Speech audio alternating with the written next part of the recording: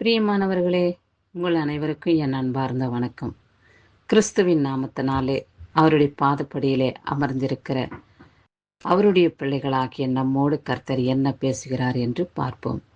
சங்கீதம் 9ஆம் அதிகாரம் 9வது வசனம். சிறுமைப்பட்டவனுக்கு கர்த்தர் அடைக்கலமானவர், நெருக்கப்படுகிற காலங்களில் அவரே தஞ்சமானவர் என்று எழுதப்பட்டுள்ளது. சிறுமைப்படுகிற காலங்களில் கர்த்தராகிய இயேசு கிறிஸ்துவே நமக்கு தஞ்சமாய் இருக்கிறார். தஞ்சம் என்றால் என்ன? ஒரு இடத்திலே நாம் பாதுகாப்பாய் மறைத்து கொள்வதுதான் தஞ்சம். இந்த இடத்திலே நாம் மறைத்து கொண்டால், பதுங்கி இருந்தால், யாரும் நம்மளை கண்டுபிடிக்க மாட்டார்கள். யார் கண்களிலும் நாம் அகப்பட மாட்டோம். பாதுகாப்பாக நாம் இருக்க முடியும் என்ற தைரியம் கொள்வதே தஞ்சமாக காணப்படுகிறது. அப்படியாய் இயேசு கிறிஸ்துவின் இரத்த கோட்டைக்குள்ளே நாம் மூடி மறைத்து பாதுகாக்கப்படும் பொழுது அவர் நமக்கு தஞ்சமாகவும் அடைக்கலமானவராகவும் இருக்கிறார். அவருடைய இரத்த கோட்டைக்குள்ளே நாம் மறைக்கும் பொழுது ஒருவரும் நம்மை தொட முடியாது. எந்த தீங்கும், துக்கமும், துயரமும், வியாதியும், பிணியோ நம்மளை தொடாதபடி அவர் நம்மை பாதுகாக்கிற தேவனாய் இருக்கிறார். அவருடைய மகிமையின் கரங்களினாலே நம்மளை மூடி மறைக்கிறபடியினாலே ஒருவரும் தொட அவர்களுக்கு நம் மீது அதிகாரம் கொடுக்கப்படுகிறதில்லை. இந்த உலகத்தை சிருஷ்டித்த மகாராஜா, நீ என்னிடத்திலே அடைக்கலமாயிருப்பாய், நெருக்கப்படுகிற காலங்களில் நான் உனக்கு தஞ்சமானவராய் இருப்பேன் என்று சொல்லும் பொழுது யார் அந்த வார்த்தையை எதிர்த்து அவரோடு போரிட முடியுமா? கிடையாது. அவரோடு போரிடுகிறவர்கள் நொறுக்கப்படுவார்கள், சுக்கு நீராக இல்லாமற் போய்விடுவார்கள்.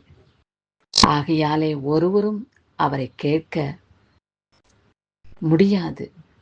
அவரே ராஜாதி ராஜா, அவரே தேவாதி தேவன். அந்த ராஜாதி ராஜா கிட்ட நாம் அடைக்கலம் புகும் பொழுது எந்த விதமான தீங்கும் நம்மளை அணுகாது என்ற மன தைரியம் முதலாவது நமக்கு வேண்டும். மன தைரியம் இருந்தால்தான் நாம் இந்த வசனத்தை அனுபவிக்க முடியும். இந்த வசனத்தின் பிரகாரம் கர்த்தர் நமக்கு பதில் சொல்ல முடியும், நிறைவேற்ற முடியும்.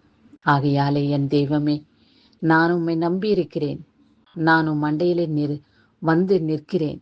என்னை நீர் தள்ளிவிடாதபடி உம்முடைய மகிமையின் கரங்களினாலே என்னை ஏந்தி, என்னை பரிசுத்தப்படுத்தி, என்னை பாதுகாத்து, எனக்கு அடைக்கலமாகவும் தஞ்சமாகவும் நீர் இருக்கிறபடியினாலே உம்முடைய பரிசுத்த நாமத்துக்கு கொடான கோடி ஸ்தோத்திரம் என்று அவருக்கு நன்றி இருதயத்தோடு ஸ்தோத்திர பலியை செலுத்துவோம்.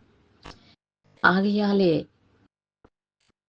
பிறந்த நாளையும் திருமண நாளையும் காண்கின்றவர்களை கர்த்தர் ஆசீர்வதிக்கவே ஆசீர்வதித்து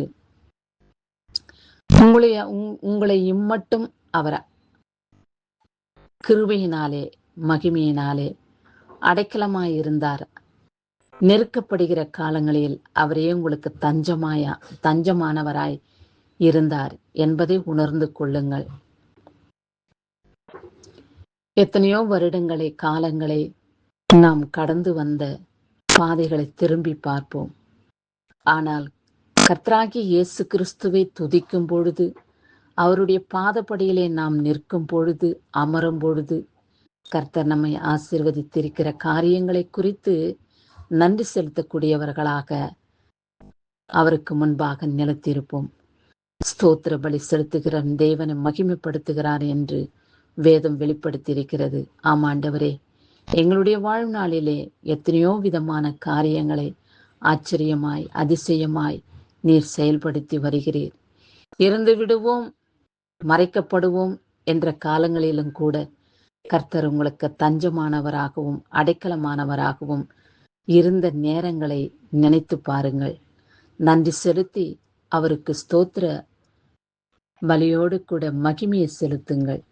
அப்படி இருக்கும் பொழுது எந்த விதமான தீங்கும் இனி உங்களை தொடாதபடி அவர் உங்களை இரத்த கோட்டைக்குள்ளே மூடி மறைத்து பாதுகாத்து ரட்சித்துக் கொள்வார் என்று நீங்கள் உங்கள் மனதில் வைத்து தைரியத்தோடு சாத்தானுக்கோ வியாதிக்கோ போராட்டத்தின் ஜீவியத்துக்கோ பயப்படாமல் என் தேவன் எனக்கு தஞ்சமாயிருக்கிறார், என் தேவன் எனக்கு அடைக்கலமாயிருக்கிறார், நான் ஒன்றுக்கும் பயப்படுகிறது இல்லை என்று ஸ்தோத்திரத்தோட துதியோட அவருடைய பாதப்படியிலே அமருகிற பிள்ளைகளை அவர் கைவிடாதபடி காத்துக்கொள்வார்.